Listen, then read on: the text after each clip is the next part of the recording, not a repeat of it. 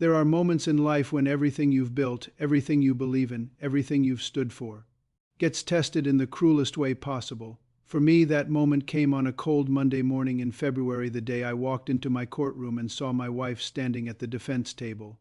Not a stranger, not a criminal I'd never met, my wife, the woman I married 32 years ago. The woman who stood beside me through late nights, early mornings, campaign runs, and decades on the bench. The woman who helped raise our children, who held my hand when my father died, who believed in justice just as fiercely as I did. She stood there in handcuffs, charged with vehicular manslaughter while driving under the influence.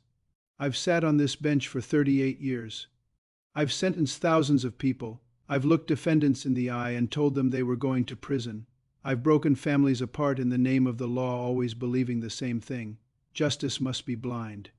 But I never imagined that one day, justice would be staring back at me through the eyes of the woman I love.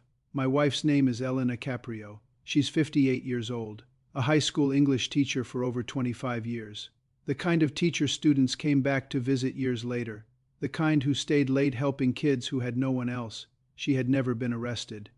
Never even been in serious trouble. But 3 weeks earlier, on a rainy Saturday night, everything changed. Elena had attended a retirement dinner for a colleague. She drank wine, too much wine. She should have called me. She should have called an Uber instead. She got behind the wheel. At 10:47 p.m., she ran a red light at nearly 45 miles per hour and struck a small sedan turning through the intersection. The driver was Daniel Brooks, 26 years old, a graduate student engaged to be married in 6 months. Daniel died at the scene, and the part that haunts me the most. Elena panicked. She drove away. She went home, showered, changed her clothes. And when police arrived hours later, her blood alcohol level had dropped to 0.09, right at the legal limit. But accident reconstruction didn't lie. At the time of the crash, her back was estimated at 0.17, nearly twice the legal limit. I should have recused myself. Any judge would have. But this wasn't about convenience. It was about truth. If I had spent my entire career telling people that justice doesn't bend for power, for money, for family, then this was the moment I had to prove it. Even if it destroyed my marriage, the courtroom was packed. Media from every major network, judges I'd known for years, prosecutors, defense attorneys, all waiting to see whether Judge Caprio would protect his wife, or his principals, and sitting in the front row, Daniel Brooks' parents. The clerk stood. This court is now in session. The state versus Judge Caprio. The Honorable Judge Frank Caprio presiding. My legs felt weak as I approached the bench. Elena stood at the defense table. Our eyes met. 32 years of memories passed between us in a single second. I looked away. Before we begin, I said, my voice steady despite the storm inside me, I need to address the obvious. The defendant is my wife. A murmur spread through the courtroom. I have been asked why I did not recuse myself. I paused. I will not recuse myself. Gasps. Because recusal would suggest that family connections matter, that justice changes when the defendant shares your last name, that the law bends when love is involved. I looked directly at Elena. My wife will receive the same justice any other defendant would receive in this courtroom. Nothing more, nothing less. The prosecutor read the charges: vehicular manslaughter while DUI, leaving the scene of a fatal accident, tampering with evidence. Each word landed like a blow. Judge Caprio, I said formally, forcing distance between us. How do you plead? Her attorney stood. Your Honor, my client pleads guilty. The courtroom froze. Elena stepped forward. Her voice trembled. Guilty to all charges. She didn't look at me. I did it. I killed someone, and I ran. The evidence was shown: traffic footage, body cam video, photos of Daniel Brooks' wrecked car.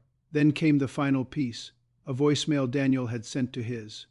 Minutes before the crash: hey love, just finished studying, can't wait to see you, I love you. Half the courtroom broke down. When the victim's parents spoke, I could barely breathe. You're a judge, Daniel's father said, and you're a husband. Today you have to choose which one you are. Elena was asked to speak. She turned toward me for the first time. Frank, she whispered, forgetting the courtroom for just a moment, I know what you have to do. Tears streamed down her face. I betrayed everything you stand for. I betrayed the family, and I took a life. She turned to Daniel's parents. I am so sorry. I don't deserve forgiveness. I closed my eyes. Then I spoke. Elena Caprio, I said, my voice breaking, as your husband, I love you. I always will, as a judge.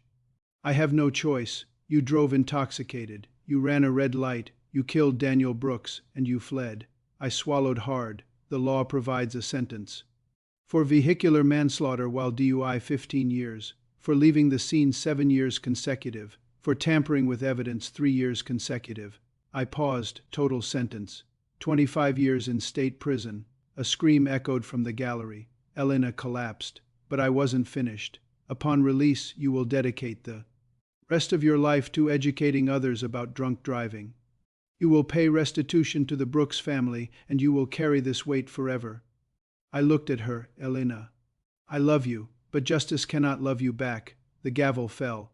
Officers led my wife away. She turned once, pressed her wedding ring against her chest, and disappeared.